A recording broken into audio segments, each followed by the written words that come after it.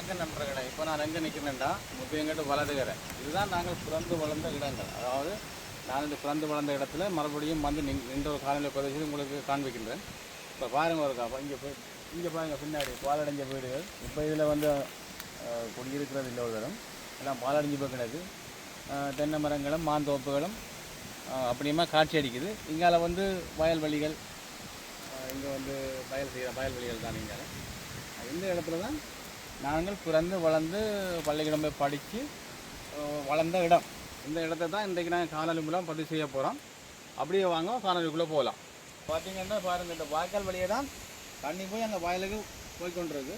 வாய்க்கால் நிறைய தண்ணி வந்துருக்கு. வாய்க்கால் சாதாரண வாய்க்கால், ஆழமான வாய்க்கால். நம்ம காலை வச்சோம்னா முழங்காலுக்கு மேலே தண்ணி நிற்கும், அப்படியான ஒரு வாய்க்கால். அந்த தொடர்ச்சியாக 24 மணித்தியாலும் இந்த வாய்க்கால தண்ணி ஓடிக்கொண்டிருக்கும். தண்ணி வாங்கி பாருங்கள் இந்த வயல்வெளிகள் எப்படி இருக்குது.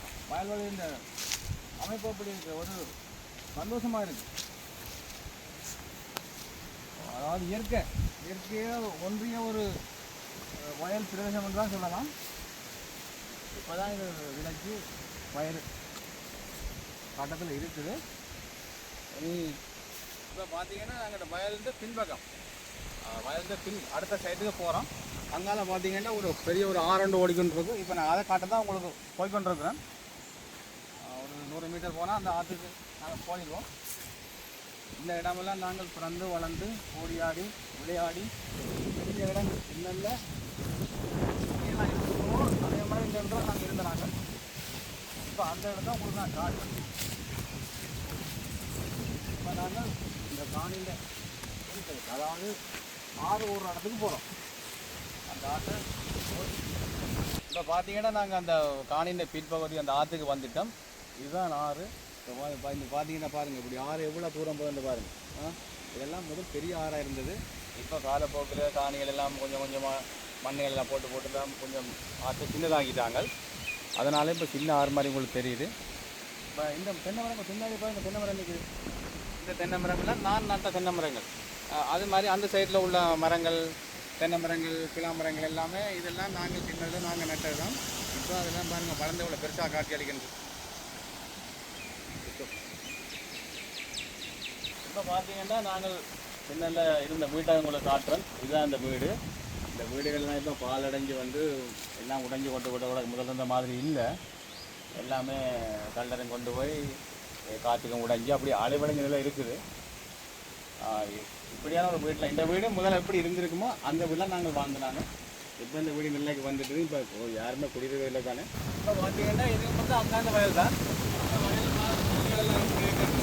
பச்சை பசியிலிருந்து தரமாக தான் இருக்குது நெல்லுகள் எல்லாம். அதோட காற்று பாருங்கள் எப்படி வந்தோன்றது. காற்றுன்றது காற்று எங்களே நிற்கலாமல் இருக்குது, எங்களே தள்ளி கொண்டு வரும் போது காற்று எல்லாம் அவ்வளோ ஸ்பீடாக காற்று அடிச்சிட்டு இருக்குது. இந்த காற்றுல பாருங்கள் நெல்லுகள் எல்லாம், நெல் இந்த அசைவில் பாருங்கள், காற்று அடிக்கும்போது நெல் எப்படி ஆடி அசைஞ்சு நிற்கணும். பார்க்க ஒரு சந்தோஷமாக தான் இருக்குது. இங்கே பார்த்தீங்கன்னா பின்னுக்கு வந்து கொஞ்சம் காடுகள் தான். நாங்கள் இது ஆற்று நிறையா வயல்கள் தான். இங்கே கொஞ்சம் தூரம் மட்டும் ஆறுகள் தான். இங்கே ஃபுல்லாக வயல்வெளி தான். ஆற்றோடு சேர்ந்த வயல்வெளி தான் இங்கே இருக்குது. அதே மாதிரி இங்காலையும் வந்து அப்படி தான் இருக்குது. வயல்வெளிகள் தான் நிறைய, எல்லாம் நெல்லுகள் தான் செய்கிற. இங்கால எல்லாமே நெல்லுகள் நல்லா தான் இருக்குது. நெல்லுகள் இது வந்து இயற்கையாக உள்ள ஒரு அமைப்பு. இயற்கையாக பார்க்குறதுக்கு வந்து சந்தோஷமாக தான் இருக்குது. பாருங்கள், அங்கால வந்து காடுகள், அங்கால வந்து குளத்துலேருந்து வர காற்று தண்ணி எல்லாமே சேர்த்து ஒன்றா கிடைக்கும் போது அது ஒரு சந்தோஷமாக தான் இருக்குது. இந்த வயல்வெளிகள் இப்படியான இயற்கையை பார்க்கும்போது நிறைய சந்தோஷமாக இருக்குது. இந்த இடங்களை பார்த்தீங்கன்னு சொன்னால் இப்படியான இடத்துல வந்து குடும்பத்தோடு வந்து சமைச்சு சாப்பிட்டு 2 நாளைக்கு இருந்து அப்படி போகிறது ஒரு சந்தோஷம். அதாவது இயற்கையான இடங்கள் தானே. இந்த இடத்துல இருக்கும்போது ஒரு சந்தோஷமாக இருக்கும். அதோட சமைச்சு சாப்பிட்டு 2 நாளைக்கு வந்து சந்தோஷமாக, அதாவது பிள்ளைகளோடு இருக்கும்போது அது ஒரு சந்தோஷம்தான். இது எல்லாருக்கும் கிடைக்காது. பாபம் எங்களையும் கிடைக்கிற பாபம். அதே மாதிரி முதல்ல இந்த நிலைக்கு இந்த வீட்டை கொண்டு வந்து நாங்கள் விரும்புகிறோம். காலப்போக்கில் அது தேவைன்னு நினைக்கிறோம். அடுத்து தொடர்ச்சியாக உங்களுக்கு நாங்கள் சின்ன குளிச்ச தண்ணி நீந்திர வாய்க்காலை காட்டுறோம்பாங்க. இப்போ நாங்கள் வாய்க்காலம் வந்து போய்கொண்டிருக்கிறோம்.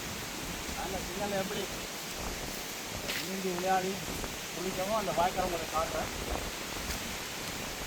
இது எல்லாமே குளத்துலேருந்து வர வாய்க்கால் தண்ணி தான். குளிச்சா என்ன, துவைச்சா என்ன, எல்லாமே வாய்க்கால் தண்ணி. இப்போ பார்த்தீங்கன்னா உங்களுக்கு நான் அந்த வாய்க்காலை காட்டுறேன்.